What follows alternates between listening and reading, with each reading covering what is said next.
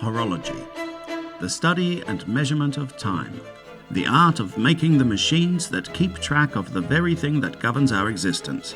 From grand clock towers to the humble wristwatch, few objects today can claim to have such strong lineage to the history of humanity.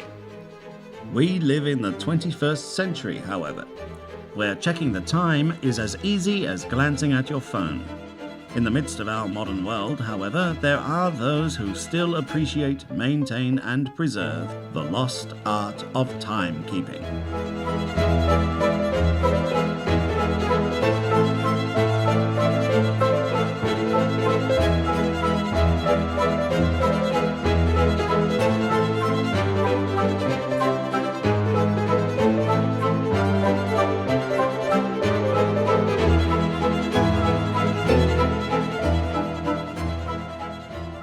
Watch in Time is a local watch repairing and servicing store based in Heathmont, Victoria.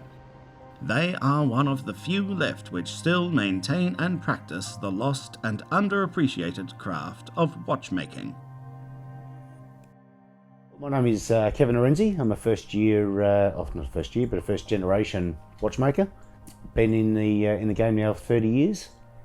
Day to day in the workshop here, we do everything to do with watches. So it's not just a battery fit and glass repairs. It's full restorational work. It is taking apart movements, finding out what the issues are that's stopping the watch, depending on what the problems are with watches. But mostly we deal with probably about 90% mechanical watches. So the days of the battery operated watches are past, and we're going now into mechanical watches. I love the process of having something that's pretty worn out, rusted, maybe a lot of people might think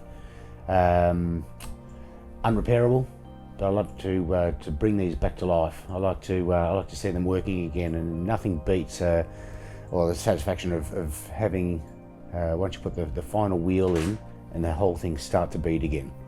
It's just it's fascinating for me, and I just love the process. Time is the only constant in our world. Sure, us humans have gotten pretty good at keeping track of it.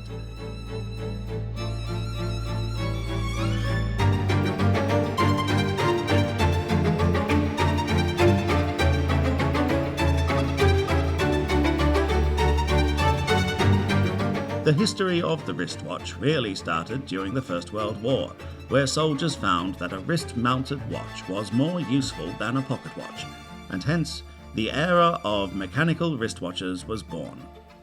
The quartz crisis of the 1970s and 1980s turned the mechanical watch into an obsolete relic of the past.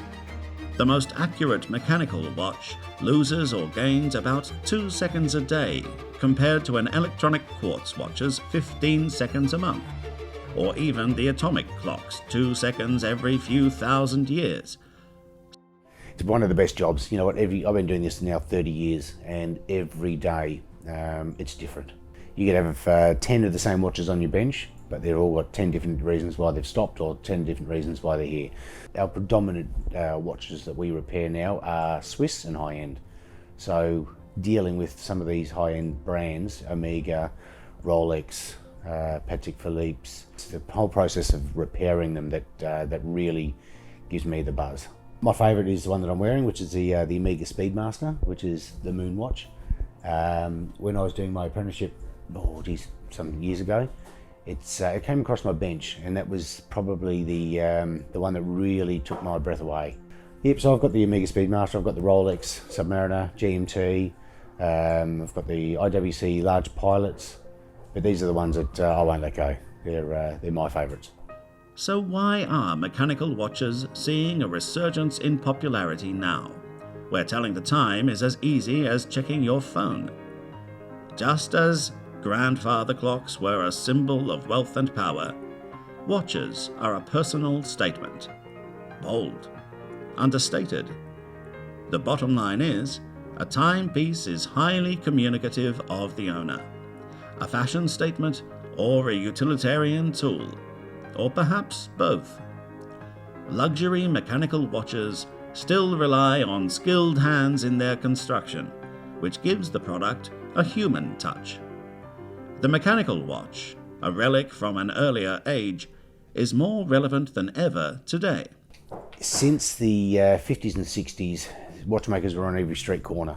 They aligned themselves with optometrists, then they aligned themselves with jewelers, and then in the 80s and 90s, they pretty much went home and worked from home in their garage.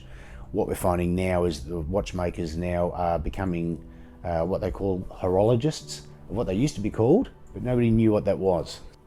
It's really tough because the lack of watchmakers coming through at the moment is quite significant. So we are finding ourselves now in Victoria, I think we've only got 40 watchmakers, but out of those, half of those are retired. So that leaves only 20, but that's the same in every state, and that's the same in every country in the world. I hope to see that the future would be strong, but unless we get numbers coming through, it ain't. So I do get a bit worried because the numbers are falling. In our world dominated by fast fashion and planned obsolescence, mechanical movements can be repaired and preserved indefinitely and passed on from generation to generation. In other words, the mechanical wristwatch is one of the few objects to stand the test of time. It's up to us to educate people, and I think that's predominantly why I opened up the shop. So customers can come and see us direct, speak to the watchmakers who are actually doing the work on their watches. There's so much work that goes on behind the scenes that people don't realise, and especially when parts are required. It's a time process. I'm in the 40s. We're probably some of the youngest watchmakers around. There's a big call for watchmakers. You know, after we're gone, or after we've taught our the next generation, it's going to be up to them. Hopefully there's enough to go through, but there's so many watches, and you look at the population of where Australia's headed at the moment, and you're only dealing with 100 watchmakers in the country, dealing with millions of people. You know, hopefully with what you're doing, you can show people what it involves. Timekeeping should be celebrated as an art, a celebration of human ingenuity and accomplishment, a piece of traditional horological history on your wrist or on your wall.